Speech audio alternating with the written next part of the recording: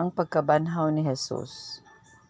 Ug sa pag-agi na sa adlaw nga igpapahulay, si Maria Magdalena ug si Maria nga inahan ni Santiago ug ni Salome na nagpamalit og mga pahumot aron ilang adtuon ug haplasan ang lawas ni Hesus. 2. Ug sayo kaayo sa nahaunang adlaw sa semana nangadto sila sa lubnganan sa diha nga nakasubang na ang adlaw. 3. Og nasig-ingon sila sa usag-usa, kinsa may atong paligiron sa bato gikan sa pultahan sa lubnganan. 4. Ug sa paghangad pa nila ilang nakita nga ang bato naligid na, kay kini dako man kaayo. Ug sa paggisulod nila sa lubnganan ilang nakita ang usa ka batan-ong lalaki nga naglingkod dapit sa tuo, nga nagsapot sa bisti nga maputi ug hataas, ug sila nakulbaan. 6. Apan siya miingon kanila, ayaw kamo kahadlok, ngano kamo nangita kang Hesus nga Nazaretnon nga gilansang sa krus. Nabanhaw siya, wala na siya dinhi. Tan-awan ninyo ang dapit nga ilang gibutangan kaniya. 7. Apan lumakaw kamo ug suginli ninyo ang iyang mga tinun-an, og si Pedro nga siya moadto nga magauna kaninyo sa Galilea. Didto igakita ninyo siya sumala sa iyang giingon kaninyo. Og nanggula sila og nanalagan gikan sa lubong, kay nangurog sila, giabot og kalisang ug kahibulong, ug wala sila gikasulti kang bisan kinsa, kay nangalisang man sila. Si Hesus nagpakita ngadto kang Maria Magdalena. 9.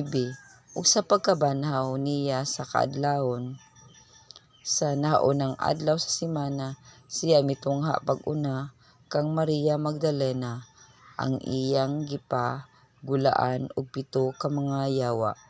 10. Kini siya miadto og sila nga mga nga nagpakig-uban kang Hesus iyang gisuginlan samtang nagminatay ug nagpanghilak sila. 11. Apan sa ilang pagkadungog nga siya buhi ug nga iyang nakita siya, wala sila motuo niini. Si Hesus nagpakita ngadto sa duha ka tinun-an. 12. Tapos niini sa lain nga dagway siya mitungha sa duha kanila samtang naglakaw sila sa dalan paingon sa balangay. 13. Ug mibalik sila ug nanugilon sa uban apan sila wala nila tuohi. Ang tugon ni Hesus ngadto sa napulog usa. 14. Ug unya mitungha siya sa napulog usa samtang naglingkod sila tambong sa kan-anan, ug iyang gisaway sila tungod sa kakulang nilag pagtuo ug sa kagahi nilag kasing-kasing, kay wala man ugod sila motuo sa mga nagpakita kaniya tapos mabanhaw siya. 15. Ug siya miingon kanila, panlakaw kamo sa tibuok kalibutan ug iwali ninyo ang maayong balita ngadto sa tibuok nga kabuhatan. Ang motuo ug magpabautismo. 16. Ang motuo ug magpabautismo maluwas, apan ang dili motuo pagahukman sa silot. 17. Ug kanila nga motuo maganunot kining maong mga ilhanan sa akong ngalan, ilang pagulaon ang mga yawa, magasulti silag mga bag-ong sinultian. 18.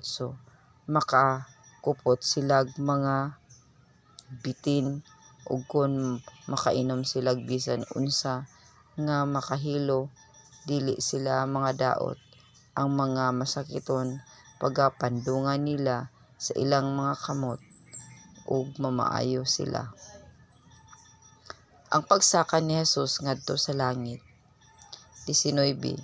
Ug unya ang Ginoong Jesus tapos siya makasulti ni kanila gibayaw ngadto sa langit ug milingkod sa tuo sa Dios.